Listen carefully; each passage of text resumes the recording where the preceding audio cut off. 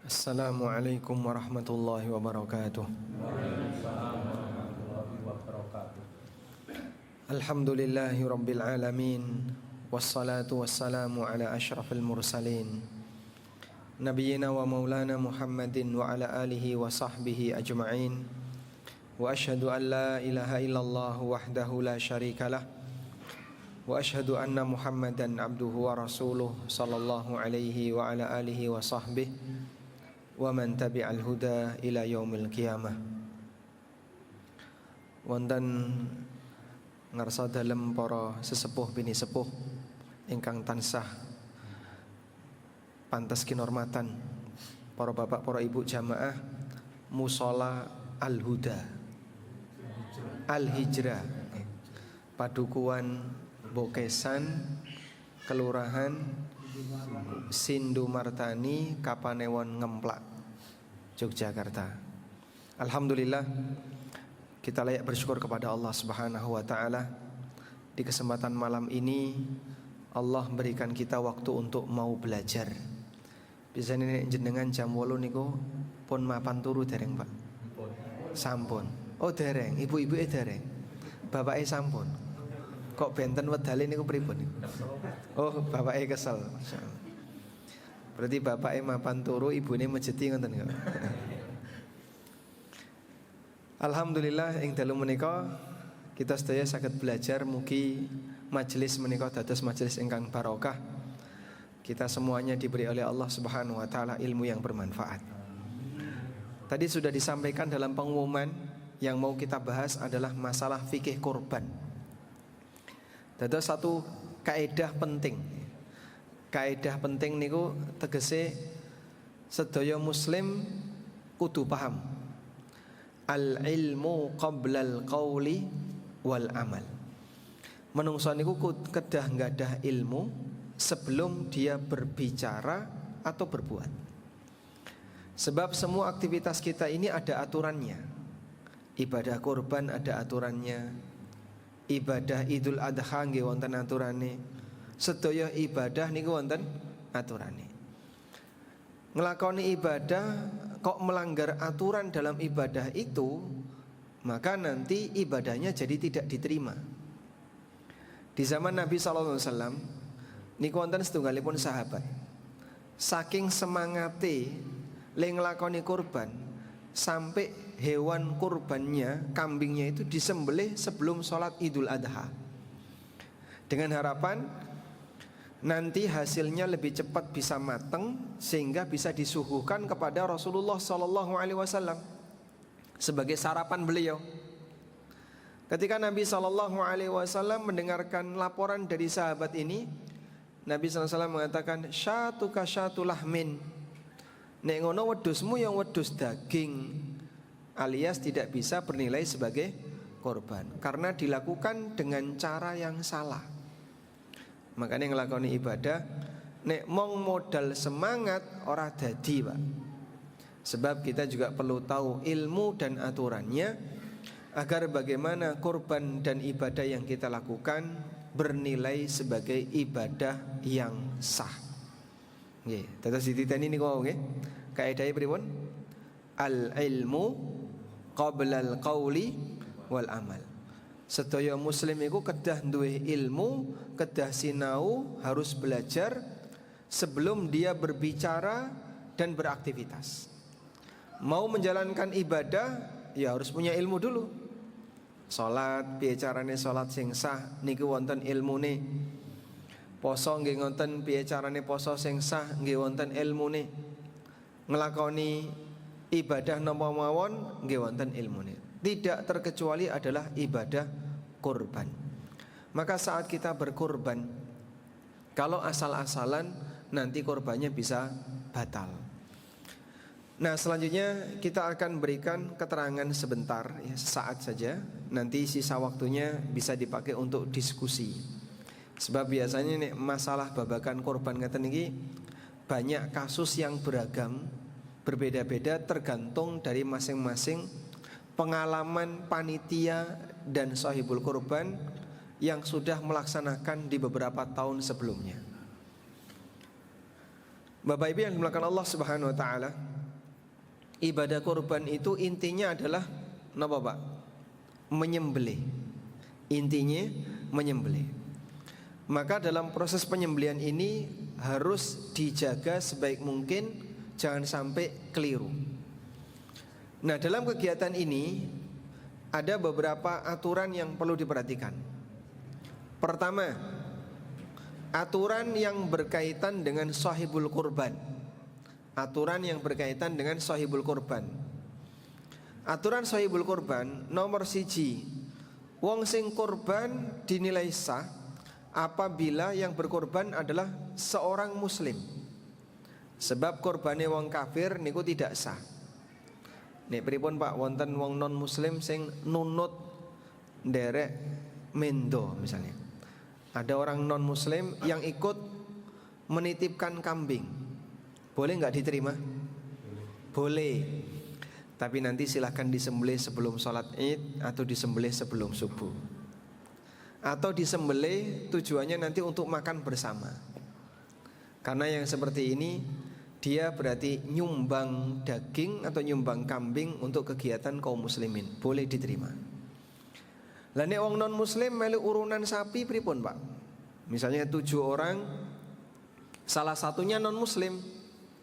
Boleh enggak 7 orang ini atau seekor sapi ini disembelih atas nama 7 orang, padahal salah satunya non muslim? Nah, apakah itu bisa sampai membatalkan kurbannya 6 orang muslim yang lain? Para ulama beda pendapat. Sebagian ulama ada yang mengatakan seperti ini tidak boleh. Dados sedaya sing melu urunan sapi harus orang yang punya niat ibadah.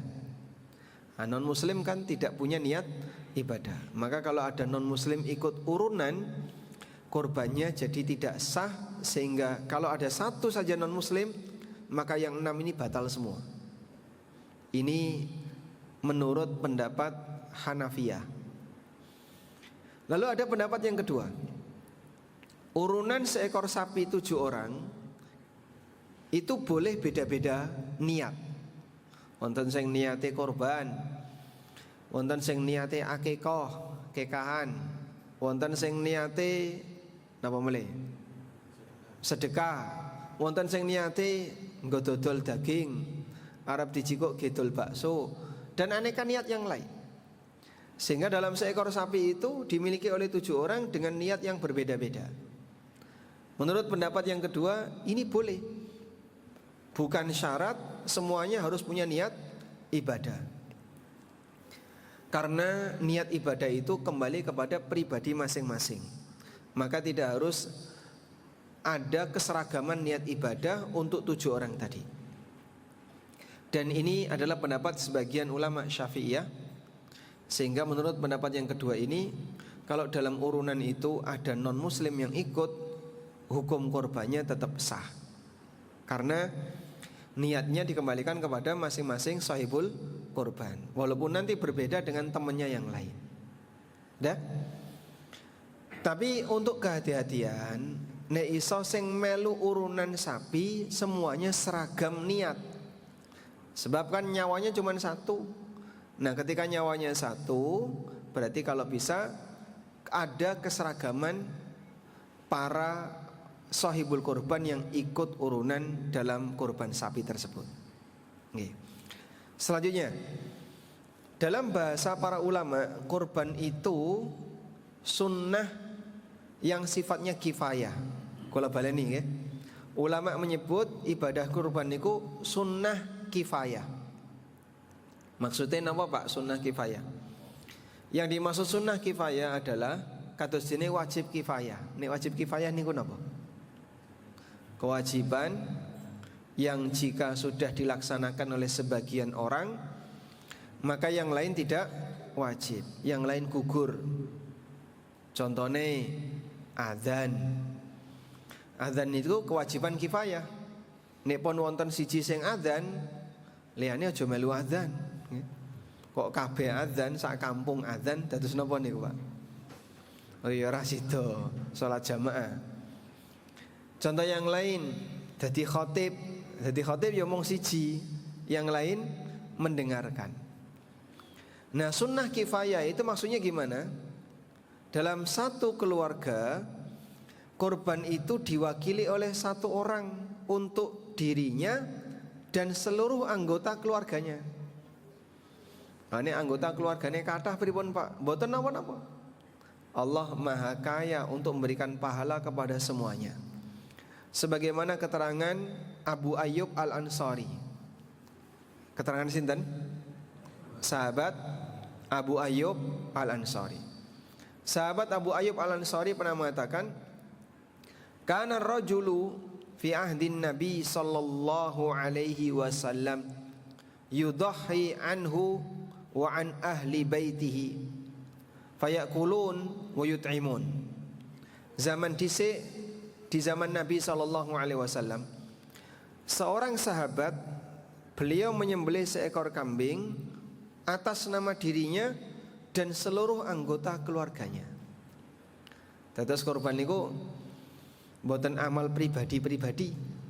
Nek biasanya wong ngriki kan niki korban bapake, sesuk korban mbokne, sesuk meneh korban anak pertama, besok meneh korban anak kedua, anak ketiga, rampung nek anake mung telu. Sehingga dia cuman korban 5 kali. Kabeh wis tak korbankan kok. Ini membatasi yang seharusnya bisa untuk bersama, tapi cuma untuk satu orang. Sing bener pripun? Siapa yang menjadi kepala rumah tangga, yang dia punya uang untuk membeli kambing korban atau 1/7 sapi, maka nanti hewan itu dikorbankan atas nama dia dan seluruh anggota keluarganya. Ganjarannya mencakup semuanya. Dzalika fadlullahi yu'tihi may yasha. Itulah anugerah dan karunia yang Allah Subhanahu wa taala berikan kepada siapa saja yang Allah kehendaki. Mongko korban itu bukan ibadah masing-masing individu, tapi ibadah kifayah. Jika sudah dilaksanakan oleh salah satu, mewakili seluruh anggota keluarga. Lah terus sing jenenge anggota keluarga niku sinten, Pak? Selama durung metol teko wong tuwa, berarti masih satu anggota keluarga. Nek sampun mentas, wis oma-oma piyambak, bahkan tinggalnya sudah berbeda, berarti sudah tidak masuk lagi dalam satu lingkaran keluarga. Niki sudah kakak yang beda. Misalnya bapak ibu kagungan 3 anak.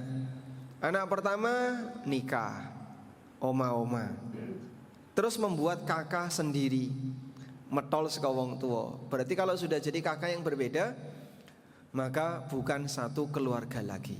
Ngerti nggih? Selanjutnya, kalau ada orang yang korban atas nama orang yang sudah meninggal, korban atas nama mayit, niku angsal napa mboten? Para ulama membagi menjadi 2. Yang pertama, korban atas nama mayit di mana mayit pernah berwasiat sebelum meninggal. Misalnya nggih, si A nalikane lara-laranen pesen, so nek Idul Adha kok aku wis ra ono, nyuwun tulung ditukokno wedhus siji disembelih atas nama diriku. Nah, berarti ngeten iki napa arane? Wasiat. Kalau mayat berwasiat, ulama sepakat sah ditunaikan dan pahalanya sampai kepada mayit. Sing entuk ganjaran sinten, Pak? Nggih mayit. Sebab ini adalah amalan yang bersangkutan. Dipesankan kepada orang yang hidup untuk menunaikannya. Maka mayit mendapatkan pahala dari hal ini.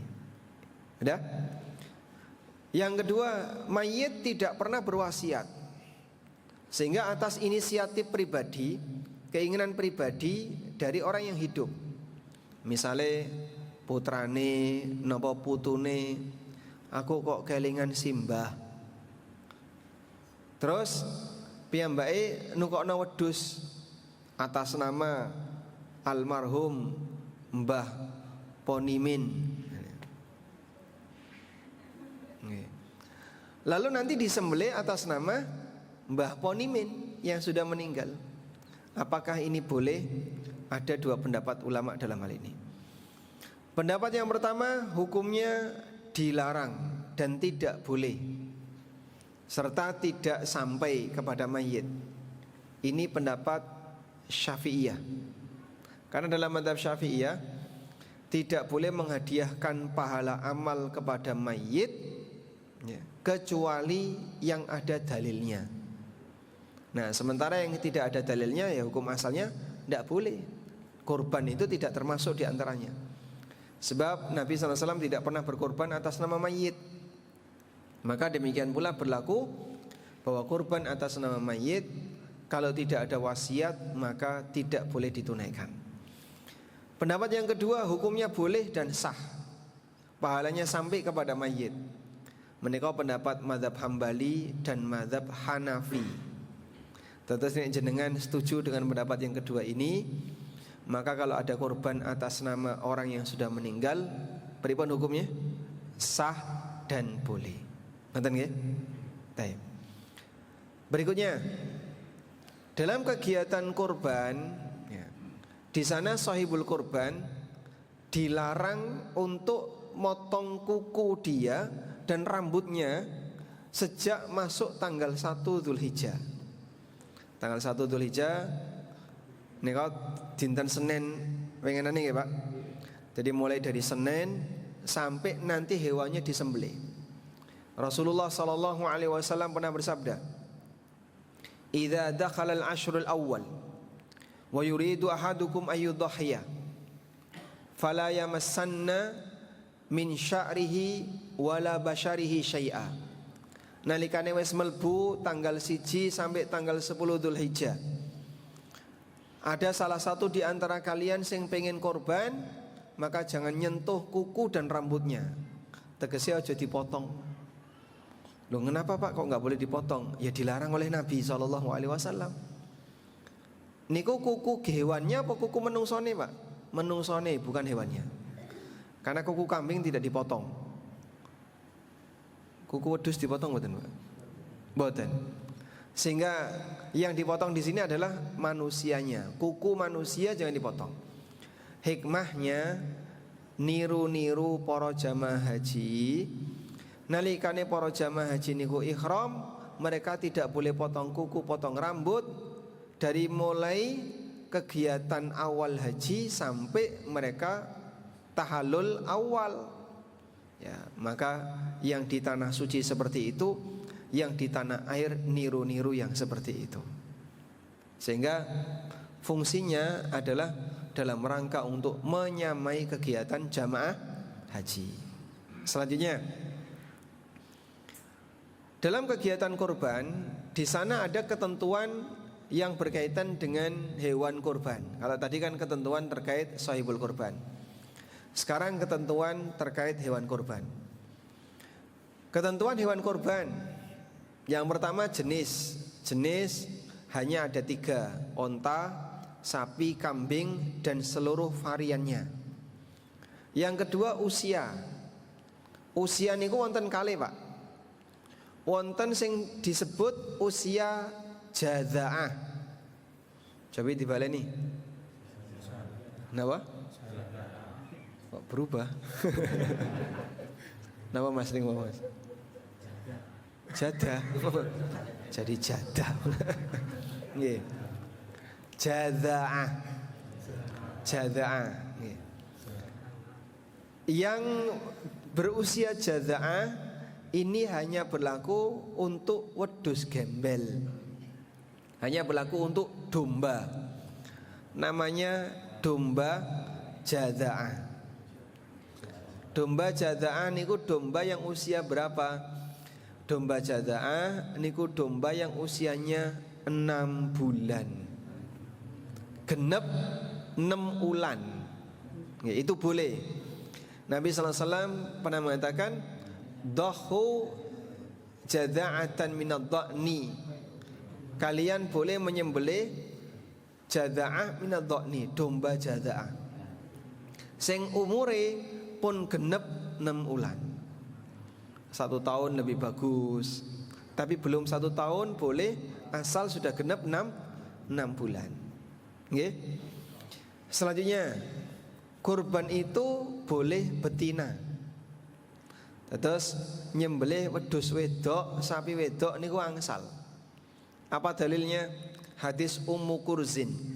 Nabi SAW pernah mengatakan tentang masalah akikah, lil ghulami syatani walil jariyati syatun la yadurrukum dzukranan am inatha. Korban atau akikah niku nek anak lanang wedhus loro, anak wedok wedhus siji, tidak masalah jantan maupun betina. Sehingga sebagaimana akikahan boleh jantan betina, mongko kurban juga boleh jantan maupun betina. Pun sakniki jenengan saged hitung nggih. Wedhus gembel wedok umur 6 wulan rega pinten? Pinten? 1 juta. 1 juta ini wis larang nggih. Pinten, Pak? 700 niku angsal. Mungkin 700 atau 800. Nek durung kecekel bakul ya 700, ngoten. Nek bar kecekel bakul dadi 800. Pun dados misale 800, Pak, 800. Nek ana wong kok duwe tabungan 800, nggih. Dinggo kurban niku mboten ganggu dapur. Tegese seiso mangan, seiso ngombe, seiso jajan.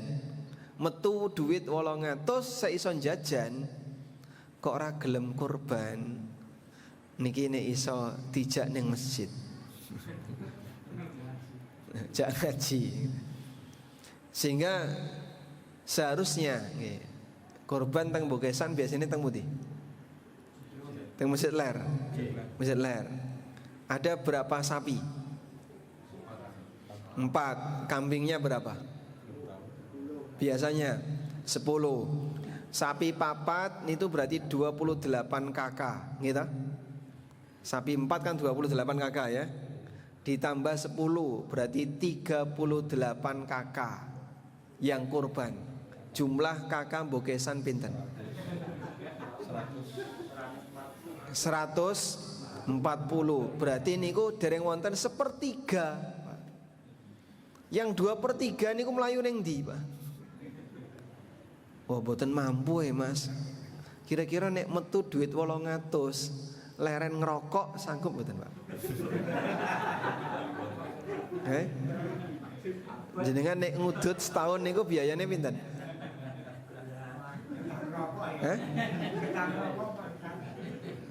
Betah ngerokok. Jenengan nek ngudut setahun niku biayanya pinten?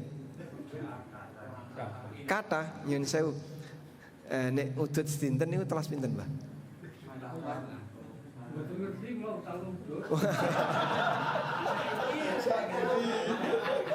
Nek saniki mboten ngudut.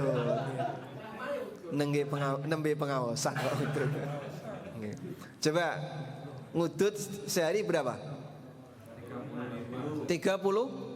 Saniki 35. Murah ya, Pak.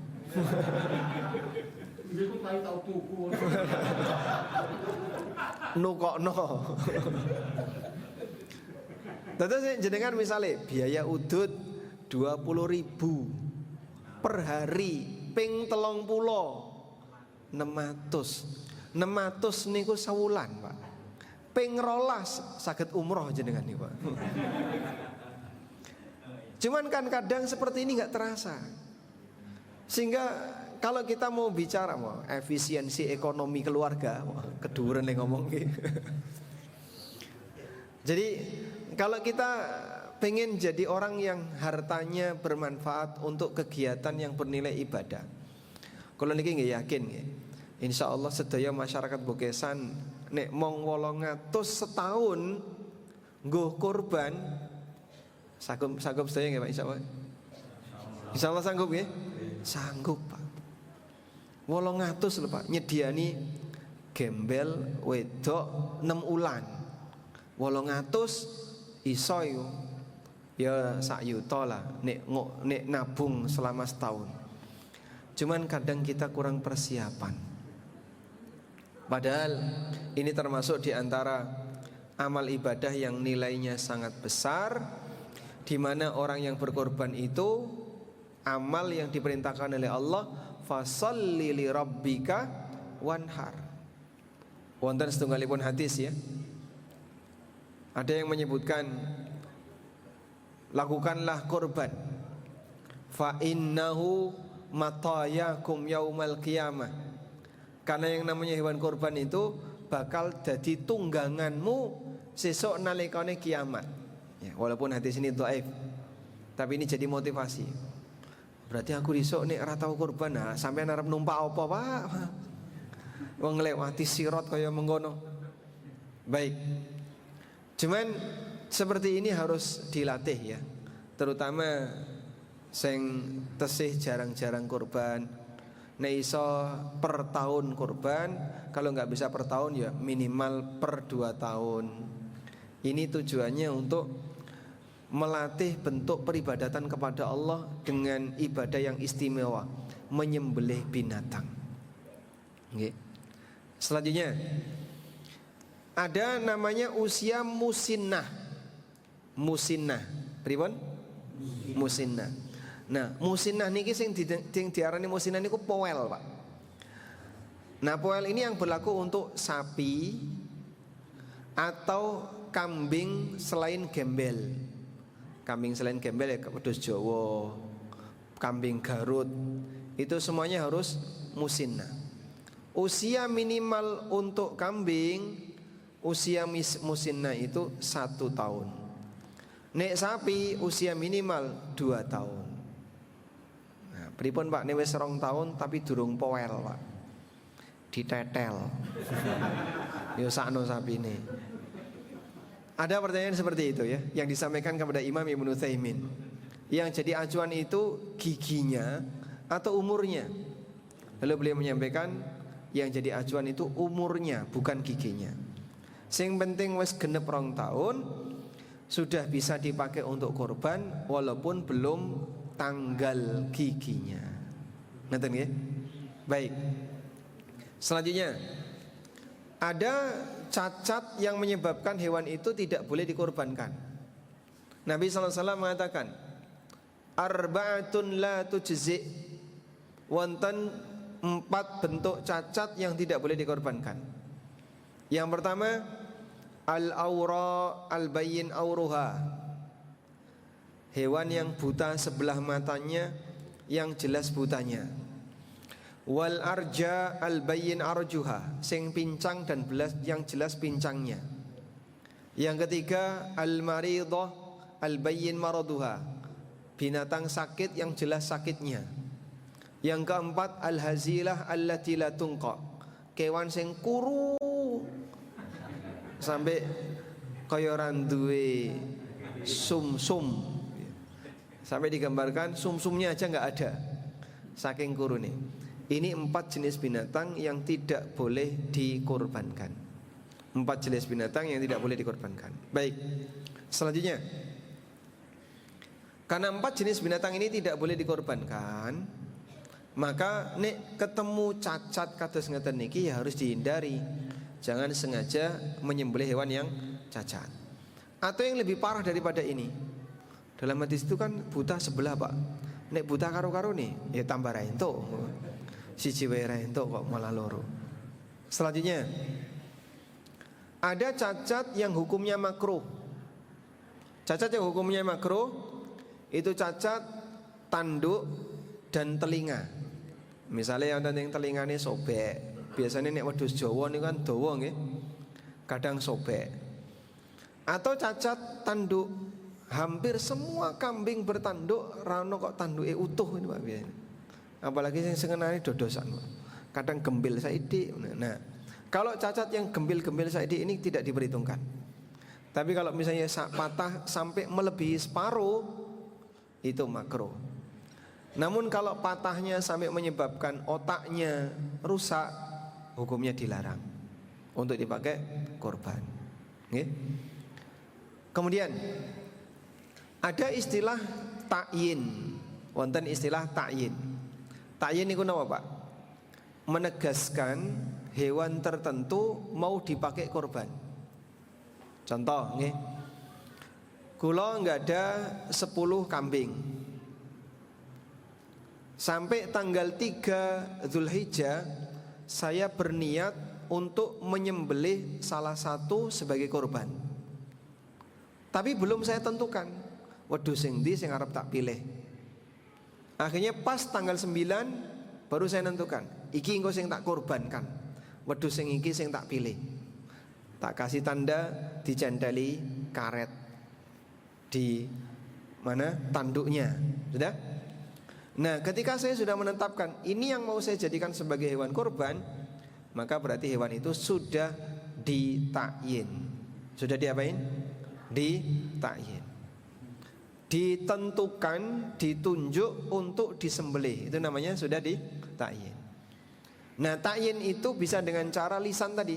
Ini akan saya korbankan. Atau dengan cara yang kedua, beli dengan niat untuk dipakai korban, maka itu sudah masuk kategori takyin. Beli dengan niat untuk dikorbankan sama dengan takyin. Jadi dengan tumbas lembu dengan niat ini mau dipakai korban, maka ini sudah masuk takyin. Dah? Nah, pengaruhnya apa, Pak? Takyin ini, Pak.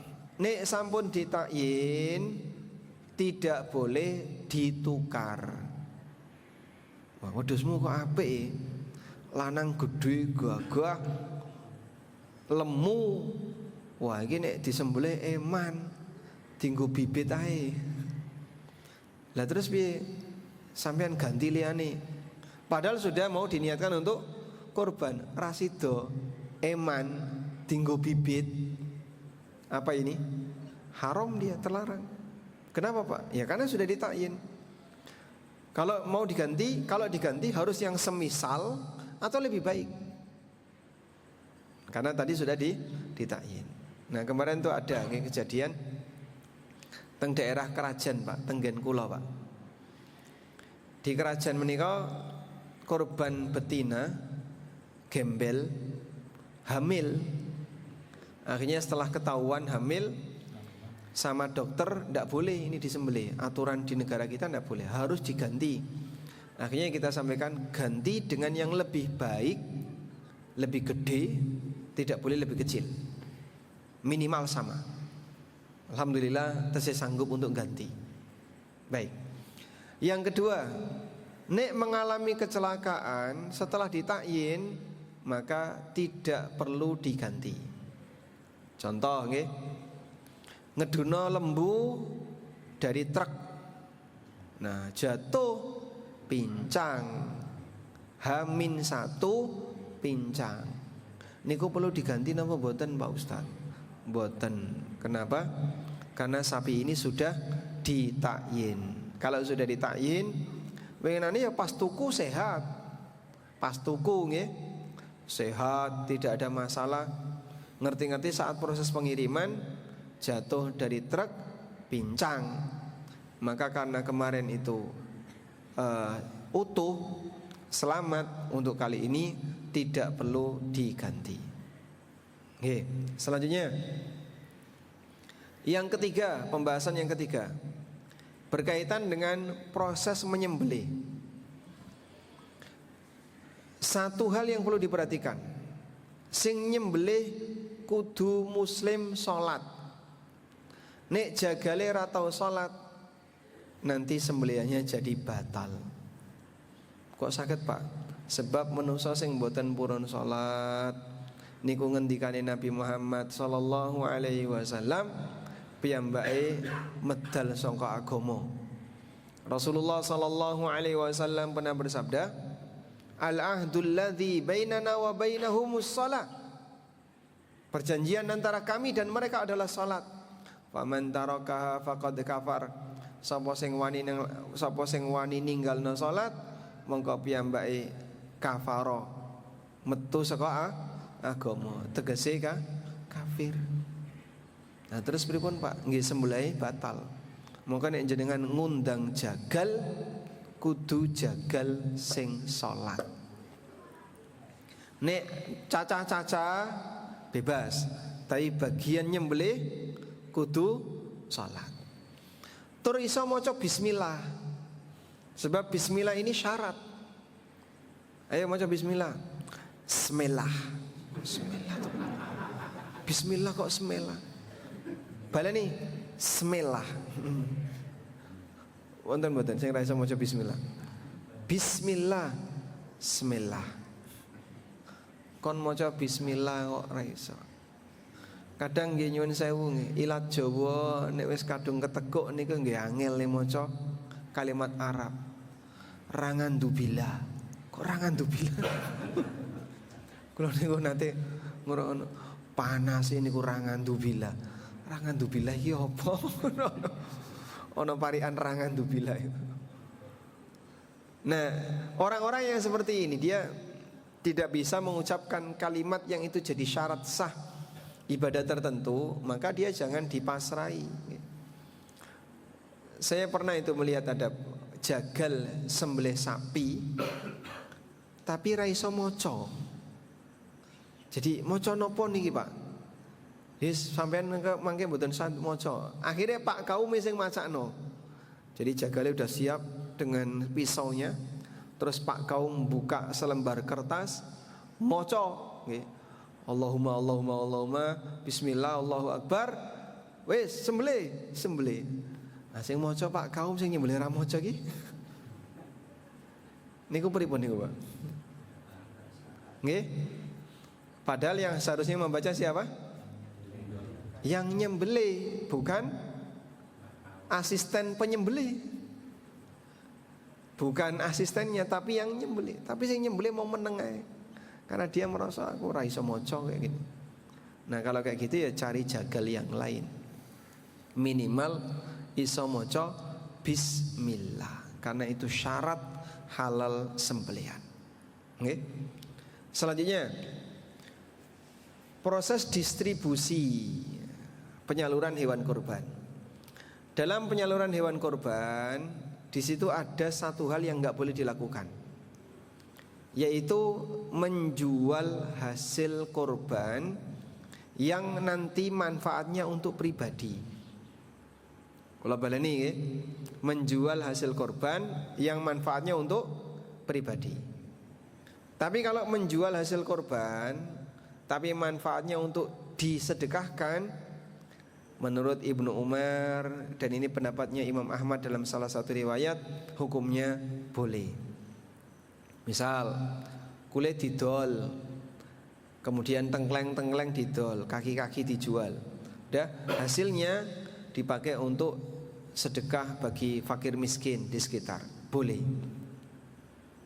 Karena hasilnya tidak untuk kepentingan pribadi sahibul korban. Nek mbayari jagal nganggo kulit, Pak, ini juga nggak boleh. Karena itu sama dengan menjual hasil korban. Ali bin Abi Thalib pernah mengatakan, qumna bibudin Nabi sallallahu alaihi wasallam. Kami pernah diperintahkan untuk ngurusi onta-onta Nabi sallallahu alaihi wasallam. Fa atasaddaqu biha wa ajillatiha. Dan aku diperintahkan untuk mensedekahkan semuanya, termasuk tali-tali yang ada di badan hewan.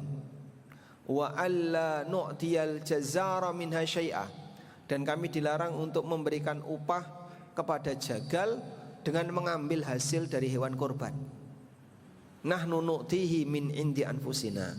Kami kasih dari kantong pribadi. Jadi yang dipakai bayar duit. Pira Pak nyembelih korban, nyembelih sapi. Sapi satu ekor 500.000. Nyoh, kayak 500.000. Ya. Selanjutnya nanti dia tidak boleh dibayar pakai hasil korban. Nek dikasih sebagai hadiah atau hibah boleh. Tapi untuk bayaran jangan mengambil dari hasil korban. Nabi SAW mengatakan, man ba'a jilda udhiyatihi fala udhiyata lahu. Siapa yang menjual hasil dari korbannya, maka korbannya batal. Wallahu alam. Wa sallallahu ala nabiyyina Muhammadin wa ala alihi wa sahbihi wasallam. Ini kalau untuk panitia itu boleh nggak mendapatkan jatah khusus dari dia diambilkan dari daging kurbannya.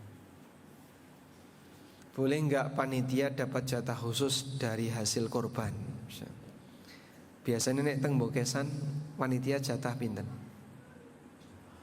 Wonten jatah khusus pinten kilo, Pak? Per panitia atau satu kakak panitia? Biasa nih nek teng mriki. Per panitia, per orang ya. Jadi nek misale bapake melu panitia, bojone yo melu panitia, anak lanang nomor 1 melu, anak wedok nomor 2 ya melu, anak lanang nomor 3 melu. Dadi sak omah entuk 5. Nggih. Mboten. Niki kan panitia sedaya nih. Enggak kayak gitu ngitungnya. Mboten, ngitungnya pripun?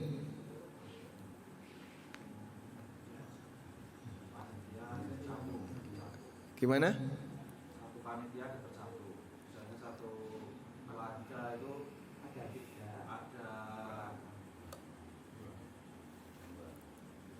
Misalnya satu keluarga wonten gangsal sing derek panitia, niku dapat jatah panitia berapa?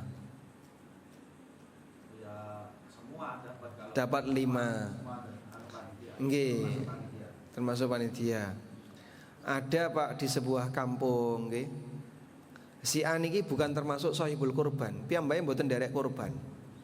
Tapi suaminya panitia, istri panitia, 3 anak panitia semua. Dah, dapat jatah 5 kresek. Plus bapaknya ketua RT untuk jatah khusus. Sing wedok ketua PKK ya untuk jatah khusus, nggih. Anaknya ketua pemuda ya untuk jatah khusus. Dados sak keluarga untuk 8 kresek. Niku nek digabung iso dadi kewan siji. Padahal ra melu korban. Tapi nek ra dikei kaya ngene mutung. Sementara yang satu lagi janda. Anake sik cilik-cilik, nggih. Ya ora melu korban. Jatah siji sebagai warga. Anak 5, ibu sendirian, anak 5. Rayono sing iso dadi panitia. Sing wedok ya ora iso dadi panitia mengurusi cah cilik-cilik. Entuk jatah siji sebagai warga. Niki kira-kira adil menurut logika siapa, Pak? Seperti ini kira-kira adil menurut akalnya siapa? Menurut logikane panitia. Nggih, coba direnungkan ulang ya. Jangan sampai dalam kegiatan kurban itu ada praktek tirani sebagian panitia. Praktek tirani niku menguasai, pokoknya kudu aku sing entuk paling kata, jatah sing paling oke. Wis duduk sahibul kurban, jatahnya paling banyak dan dia tidak memberikan kemaslahatan bagi yang lain. Ini bisa jadi panitia yang tidak amanah. Nggih. Nah ini contoh gambaran yang kurang baik ya. Nah sekarang coba kita lihat dari sisi fikih terlebih dahulu. Pertama begini Pak. Jika saya menyembelih seekor kambing, kula serahkan ke takmir. Nyun sewu Pak Takmir, niki kula nderek korban kambing. Sudah? Berapa biaya administrasi? Oh kalau kambing 100.000. Nggih niki kambing saya, ini biaya administrasi 100.000. Sudah? Terus kambing itu disembelih. Pertanyaannya, setelah kambing ini disembelih, kambing itu punya siapa? Punya saya atau punya warga? Punya sahibul kurban atau punya warga? Secara fikih niku sedaya punya sahibul kurban, Pak. Sehingga setelah disembelih, kok sahibul kurban minta, mangke kula nyuwun nggih, sampil kiwa tengen ngarep ngguri, iga kiwa tengen, jeroan, kepala, sikil. Lah niki sing ditinggal napa? Usus. karo brabas. Brodote tak tinggal. Wis kawonan kabeh to, Mas. Tapi itu secara fikih boleh, Pak. Secara hukum fikih ini boleh. Bahkan ini pendapat Imam Asy-Syafi'i dalam salah satu keterangan beliau, sebagaimana keterangan Al-Istakhari, bahwasanya menurut Imam Asy-Syafi'i dalam salah satu keterangan beliau, orang berkorban semuanya dimakan sendiri itu boleh, Pak. Dados rano sing metu blas. Tapi kalau menurut pendapat jumhur harus ada sebagian yang disedekahkan dengan nilai yang cukup disebut sedekah. Nek cukup disebut sedekah itu misalnya mau sedekah saon ya. Korban wedhus saon disedekahkan. Niku ulama sepakat sah. Makanya sebenarnya hak sahibul korban itu hak yang tertinggi. Sehingga kasus pertama yang ingin kami sampaikan adalah panitia tidak boleh menghalangi permintaan sahibul korban. Jadi misalnya sahibul korban sudah dikasih 1/3, kok saya njaluk tambah? Aku nyuwun tambah ya, 0,5 kilo aja, karena saya mau punya tamu. Tapi dilarang sama panitia. Oh enggak boleh, raiso itu raintuk. Ini dolim panitianya, Pak. Kados ngeten iki sing dolim napa? Panitia. Sebab itu haknya sahibul korban, bukan haknya panitia. Ya, karena posisi panitia itu, lah panitia entuk apa, Pak? Lah sampean jare wis dibayar. Kambing 100.000, sudah selesai. Selanjutnya serahkan kepada sahibul korban, karena itu hak mereka. Sudah? Itu secara fikih ngeten niku. Meskipun dalam prakteknya di negara kita ya ora ono sing nrimo dadi panitia nek mung kaya ngene. Baik, yang kedua sekarang. Panitia korban kula tanglete nggih, niki sing dados panitia angkat tangan, Pak. Panitia angkat tangan, panitia. Oh, sedaya panitia. Simbang nggih panitia, Pak. Panitia. Oh, tukang potong. Nggih. Baik, saya tanya nggih, Bapak napa Ibu sing dados panitia?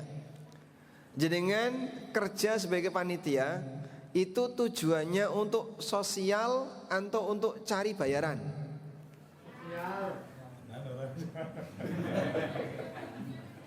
Saya itu sing pundi? Nggih. Kerja untuk sosial atau untuk nyari bayaran?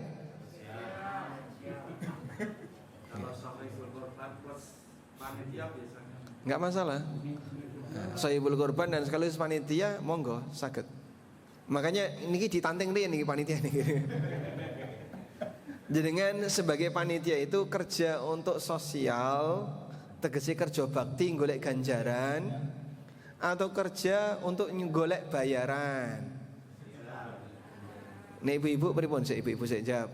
Sosial apa bayaran? Bayaran. Sosial. Nih bapak-bapak. Hah? Ibu-ibu sosial, bapak-bapak. Kalau bapak-bapak yang panitia itu mendapat tujuannya gini, nanti kalau tidak ada panitia, takut saya tidak bertanggung jawab sampai selesai, itu loh tujuannya. Nggih. Makanya panitia ini kerja bayaran atau sosial dulu. Kalau jawabnya bayaran, ya sudah nanti berarti akadnya bayaran.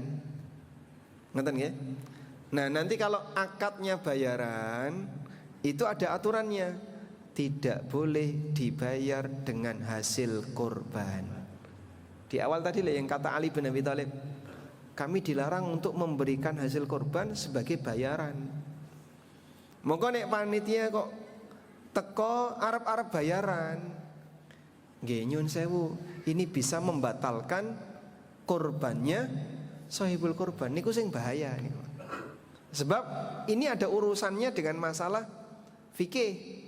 Fikih pripun? Nek panitia njaluk bayaran daging, njaluk bayaran ini kan berarti ada sebagian dari hak atau hasil korban dipakai untuk gaji panitia. Nah, wah nek kaya ngono berarti ora ono sing gelem dadi panitia. Maka panitia ini perlu ditatar terlebih dahulu. Sebab korban ini kan pesta rakyat nggih. Kabeh do metu kumpul melu tandang gawean. Mbah sing sregep salat, sing ora tau sembayang ya melu kumpul. Ngoten gitu, Pak. Nah, seperti ini enggak masalah. Tapi kita kasih tahu ke mereka, monggo sedaya kumpul dengan niat kerja bakti. Wong niku nek kerja bakti, Pak, golek bayaran napa golek panganan? Hah? Wonten kerja bakti, resik-resik lepen, resik-resik dalan, menjelang 17-an masang-masang bendera. Niku kerja bakti, tujuane sosial apa golek panganan? Hah? Biasane sosial lan panganan. Nggih. Tapi kan panganan ini sifatnya hanya tambahan. Alias gimana? Nek ana sing kerja bakti kok ora keduman arem-arem, nesu mboten? Wis melu kerja bakti, wah aku kok ora dikai arem-arem iki ora keduman wis entek arem-areme. Kira-kira arite dibalangno mboten? Mboten nggih? Artinya dominan apa? Sosial. Kalau dominan sosial, nah kita terapkan ini untuk kegiatan kurban. Sehingga Bapak Ibu datang tujuannya untuk saling membantu, tolong menolong, guyub rukun dalam rangka untuk kebersamaan. Sudah? Sehingga tidak ada istilah lebih menguasai dibandingkan yang lain, tidak ada. Semuanya kerja untuk nyari pahala. Nah, mongko sing kerjane paling kathah ya ganjarane paling banyak. Sing mau malas-malesan, mau nglunggah-lungguh karo udat-udut, ya dia mungkin dapat makan, dapat arem-arem, dapat snack, tapi bisa jadi nggak dapat pahala. Allah Ta'ala mengajarkan wa ta'awanu 'alal birri wat taqwa. Lakukanlah tolong menolong dalam kebaikan dan takwa. Sebagai saran, saya sarankan ngeten. Panitia ada dua. Satu panitia inti, yang kedua tim hore. Ngeten ya? Nah, panitia inti ini dibayar. Dibayar pakai apa, Pak? Pakai uang. Nah, ini nanti yang kerjanya paling banyak. Misal tukang sembelih. Yang kedua sing ngeleti, sing paling banyak. Nanti bagian apa lagi? Pokoknya yang paling inti. Nah, inti ini yang koordinator-koordinator ini nanti boleh dibayar. Ada kesepakatan. Sampean kerja mangke dibayar sedino 150. Ya, dia dibayar di depan 150.000. Dah. Lalu yang sisanya, jadi ini kan berarti tidak banyak. Mungkin panitia inti 10 orang. Iki kok nek ora beres, ya 10 ini yang beresi. Sisanya tim hore. Nah, tim hore ini ya dikai jatah ditompo, ora dikai rasa demo. Karena ini tujuannya untuk sosial, kerja bakti, bukan dalam rangka golek bayaran. Nek ngaten niku setuju mboten? Setuju. Ya? Setuju. Di tempat kami seperti itu. Jadi yang kerja banyak dibayar. Tapi ada kesepakatan di awal. Mungkin kurang lebih 10 orang, ya. 10 orang ini warga juga setempat, panitia, dan mereka dibayar per orang 150 misalnya sehari kerja ya untuk melayani itu. Sisanya tim hore. Nanti dapat makan, kemudian snack yang ada di situ. Yang ini sifatnya adalah sumbangan dari warga. Wallahu a'lam. Nggih, monggo Bapak. Ada yang mau disampaikan sesuatu? Selanjutnya setelah yang terjadi kayak yang sudah-sudah lah. Yang sudah-sudah pripun? Panitia itu pikantuk jatah sama kalian kakak lah. Sampun-sampun ngoten niku. Berarti jatah tambahan. Tidak ada bayaran nih. Nangge jatah khusus niku minangka bayaran napa-napa niku? Hah? Mboten asal bayarnya nggih daging ini. Lah nggih. Nek dibayar daging ini malah berbahaya untuk keabsahan kurban. Nek dibayar duit itu yang dilakukan oleh sahabat Ali bin Abi Thalib niku apa? Nahnu nu'ti min indina. Para tukang jagal sing ngurusi kewan niku kami bayar dengan kantong pribadi kami. Terus nek dibayar duit malah mboten napa-napa. Nek dibayar daging, nah ini yang tadi kami dilarang untuk memberikan bayaran dan upah dari hasil korban. Ya. Lah terus jadi panitia nek ra digawe ya. Hah? Nah, makanya itu ditanya dari awal, tujuannya jadi panitia niki sosial napa golek bayaran. Nek sosial monggo lanjut. Nanti jenengan bisa makan bareng ya. Snack bareng. Seperti kerja bakti ini kalau Pak. Makan bareng, snack bareng. Nah, panitia karena sosial dikai ya ditompo, ra dikai ra usah gersulo, karena sifatnya pemberian ini sukarela, bukan sebagai gaji. Nek gaji kan kudu ono, nek sukarela ono ditompo, ora ono ya ora usah gersulo. Sehingga nanti diperhitungkan. Misal satu rumah iki kabeh dadi panitia. Sing lanang, sing wedok, anake telu panitia kabeh. Wah, engko nek dikai 5 kresek ya klologen daging, maka cukup dikasih 2 saja atau 1 mewakili seluruh anggota keluarga, sehingga dia punya jatah 2, jatah sebagai warga plus jatah sebagai keterlibatan dia jadi panitia dikasih hadiah. Tapi tidak semuanya. Nah, kira-kira kalau seperti itu panitianya keberatan enggak? Mboten nggih? Mboten. Intinya tujuan ini adalah untuk ibadah, maka maksimalkan untuk kemaslahatan bersama, bukan dikuasai oleh sebagian manusia. Kalau modelnya pokoknya kudu aku sing entuk paling oke, paling kata, sampai kadang ono sing njikuki daging dewi, Pak. Ini korupsi dalam kepanitiaan, Pak. Durung wayahe dibagi ana sing wis dijugo, wis go mulih. Jiko atine go mulih. Ini kan milik bersama tapi dia sudah ngambil duluan. Nek kambingnya sendiri ya enggak apa-apa. Tapi kalau itu milik orang lain enggak boleh. Ngoten nggih? Pun cetha napa dereng ngeten nggih? Pun cetha nggih. Pelaksanaannya ini Nah niki alhamdulillah sedaya panitia. Nggih kados panitia. Cuma Nggih. pripun nggih Ramadan. Pripun, Pak?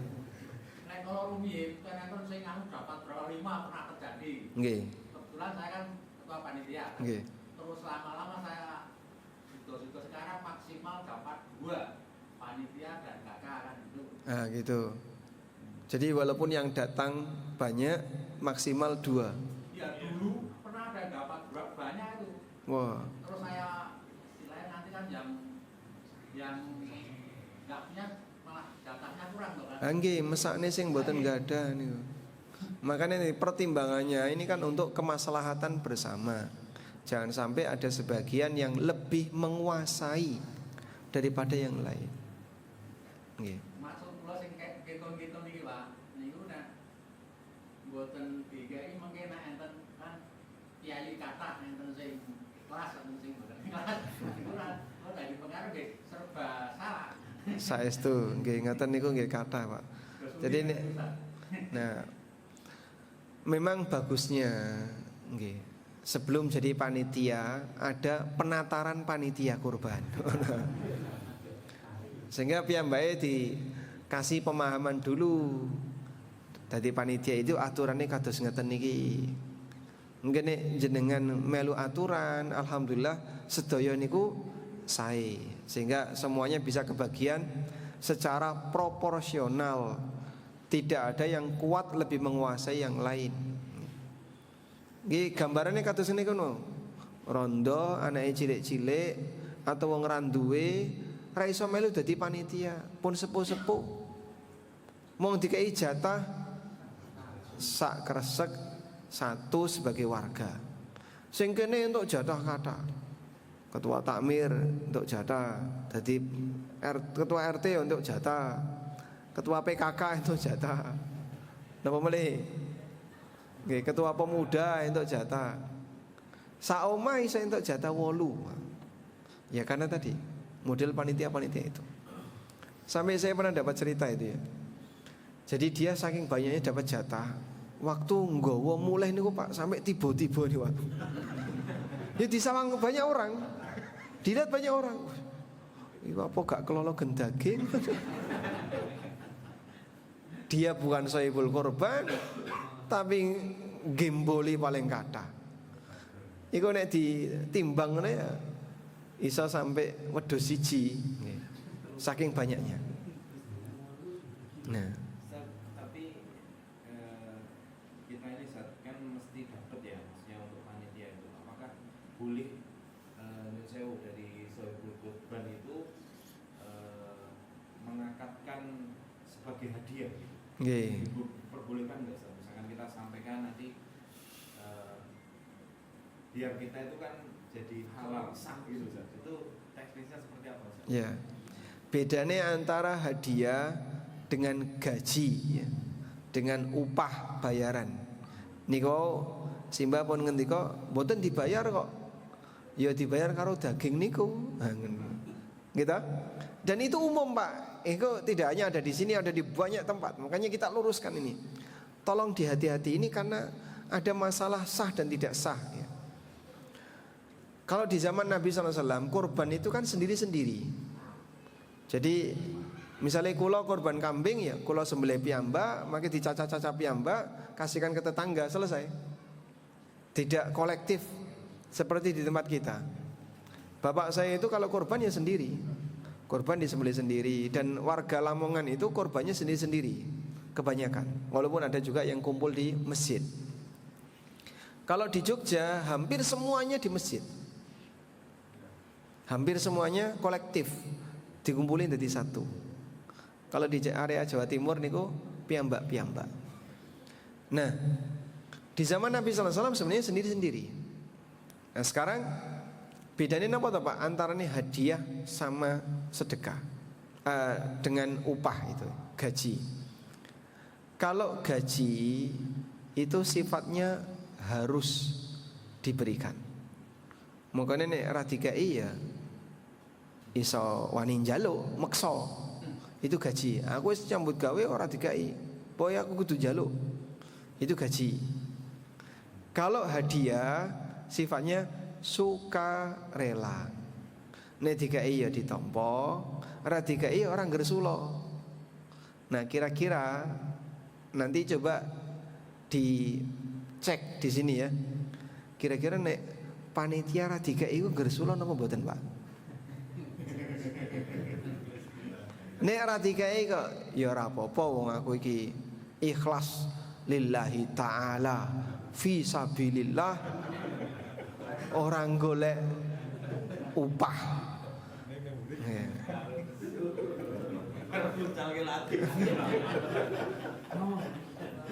Nyo, wes.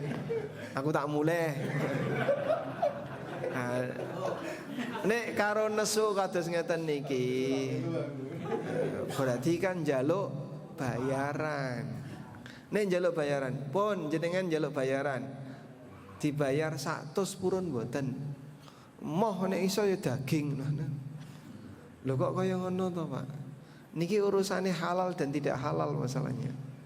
Padahal sebenarnya dia dari awal niatnya bukan untuk itu. Pernah saya itu tinggal di sebuah daerah Pak, yang waktu itu gayanya kayak gitu Pak.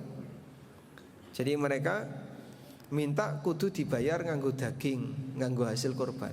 Akhirnya tak sembelih piyambak, sudah di rumah aja, cacai piyambak, serahkan sisanya ke masjid dah. Wes monggo urusan masjid, ini tak sedekahkan semua dah. Mau dikena panitia maupun tidak kan urusannya saya sudah selesai. Nah kalau seperti itu pun boleh sebenarnya. Cuman kan guyub rukun warga jadi ndak ada. Mongko guyub rukun warga tetap kita jaga dengan cara kurban kolektif. Panitianya diberi pengertian nek iso rene iki teko golek ganjaran, ora teko golek bayaran. Wallahu alam. Abot mboten, Mbah? Abot. Untuk awalnya memang kayaknya berat itu awal. Untuk awal ya. Kesannya Nah, nggih. Sing penting disampaikan di depan. Terus dikasih pengertian. Kok nek DPI ya ditampa, nek mboten ya serasa gersula ngoten. Kata kuncinya itu. Alhamdulillah. Pun cekap nggih. Niki pun jam 09.00 nggih. Mesakne simbah-simbah teng wingking niku. Wa sallallahu ala nabiyyina Muhammadin wa ala alihi wa sahbihi wa sallam. Wa akhiru da'wana alhamdulillahi rabbil alamin. Wassalamu alaikum warahmatullahi wabarakatuh.